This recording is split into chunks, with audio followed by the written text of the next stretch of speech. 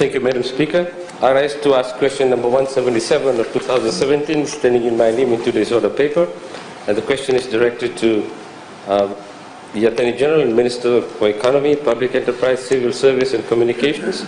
Would the Minister inform Parliament the value of monetary returns gained directly by Fiji from the $2 million allocated to host the Super Rugby match between the Chiefs and the Crusaders? Thank you. I give the floor to the Honourable Acting Prime Minister. Thank you, Madam Speaker. Madam Speaker, I thank the Honourable Member for this question.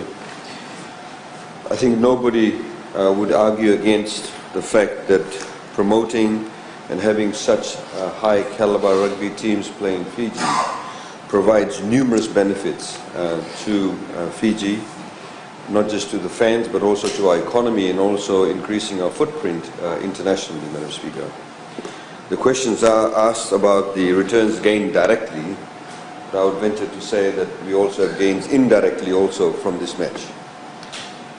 Let me first start off, Madam Speaker, that by having such two high-profile teams and being able to attract them with a monetary value of about $2 million, we are able to bring the Super 15's game into Fiji.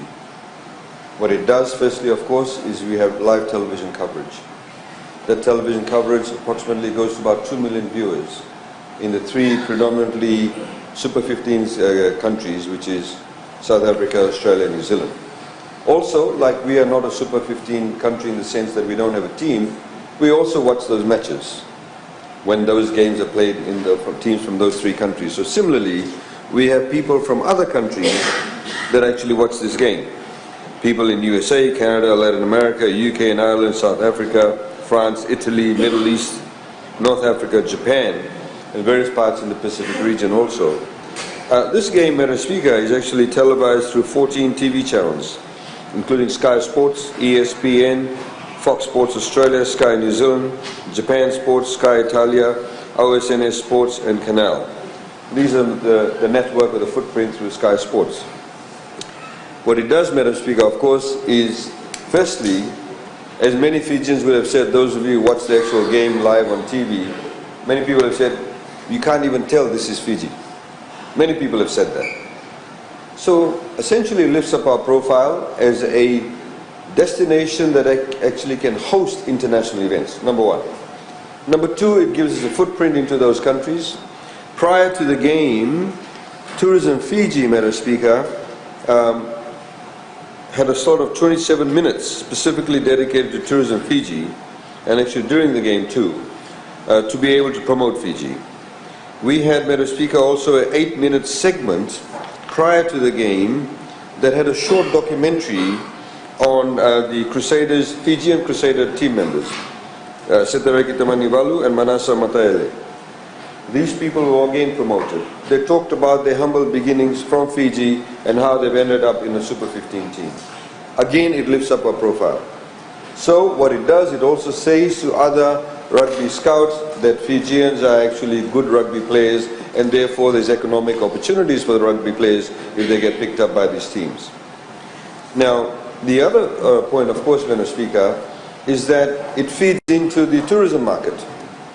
The way it feeds into the tourism markets, of course, like just for this game specifically, directly speaking, the Fiji Airways actually ran 3 extra direct flights from Auckland to Suva just specifically for this game.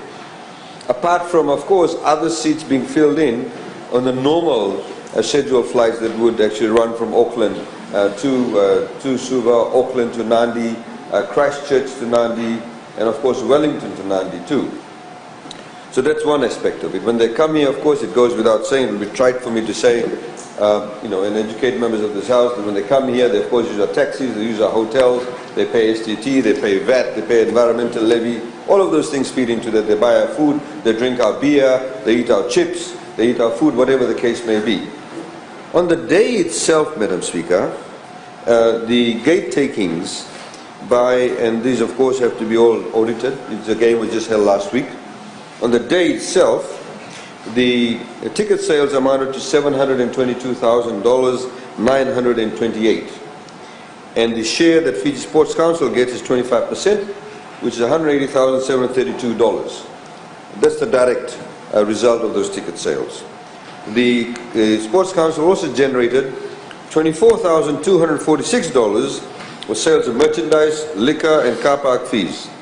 These are, of course, need to be verified, but they are the preliminary figures that we do have. So, Madam Speaker, in terms of directly, these are the direct figures in terms of the sales of tickets, in terms of the sales of the food and drinks, etc., on the site itself. But of course, Madam Speaker, it also builds capacity in the Fiji Sports Council. It also requires them to lift up the game to be able to host such an international event. So they've now, this is second year running, and I've been to both of the events, both during the game and also the post-game function. And all the teams, both of the teams, the managers, the coaches, and these people are highly professional people. They've all commended the manner in which the Sports Council and all the organizers involved have actually rallied together to be able to provide such a professional atmosphere. Now, what does this do? It means that Fiji has the ability to be able to say to other international event organizers that we have the capacity, come and host the games. There's obviously a potential for us to be able to host one of the legs of the 7 series, the international legs. So this is how we're also trying to position ourselves. And just as a matter of interest for the member, recently went through the Ministry of Sports, through the Sports Commission, we've been funding regional events also. So we had the regional weightlifting competition that was held, I believe, last year. And the head of the Weightlifting Federation Commission actually came to Fiji, and he was very impressed in the manner in which it was organized. And in fact, he said Fiji has the potential to actually host the world weightlifting competition. So here is a Pacific Island nation in the middle of... Point of order. 45-4. I think the answer, standing order is 45-4. The answer is, the question is not answered. The Honourable Minister is digressing from the original question, which requires the monetary returns gain direct. I think that's a straightforward question, Madam Chair. Thank you.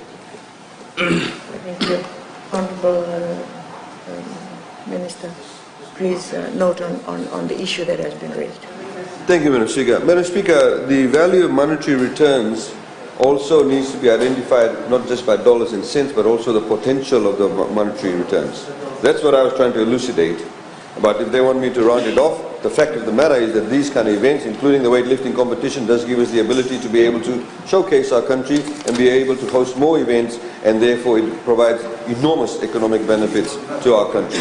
Thank you, Madam Speaker. You don't know anything. Thank you haven't been here. Honourable Pramod Chand, you have the floor. Thank you, Madam Speaker. Supplementary question. Can the Minister outline whether this initiative is also emphasized to be budgeted for in the next year's budget for the Ministry of Sports? Thank you, Honourable. The Honourable Member who's also been in Parliament previously knows that government never reveals what's going to be in the budget.